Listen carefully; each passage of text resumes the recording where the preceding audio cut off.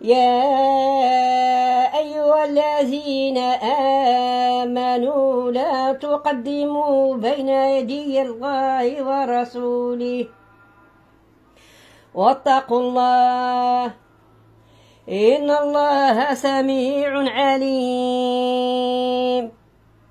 يا أيها الذين آمنوا لا ترفعوا أصواتكم فوق صوت النبي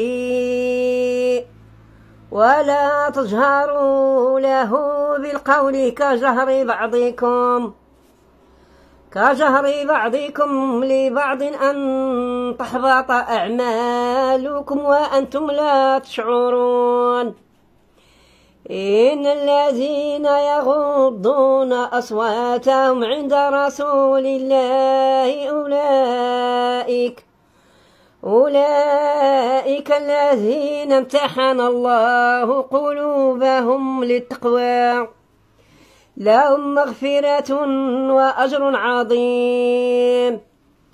إن الذين ينادونك من وراء الحجرات أكثرهم لا يعقلون ولو أنهم صبروا حتى تخرج إليهم لكان خيرا لهم والله غفور رحيم.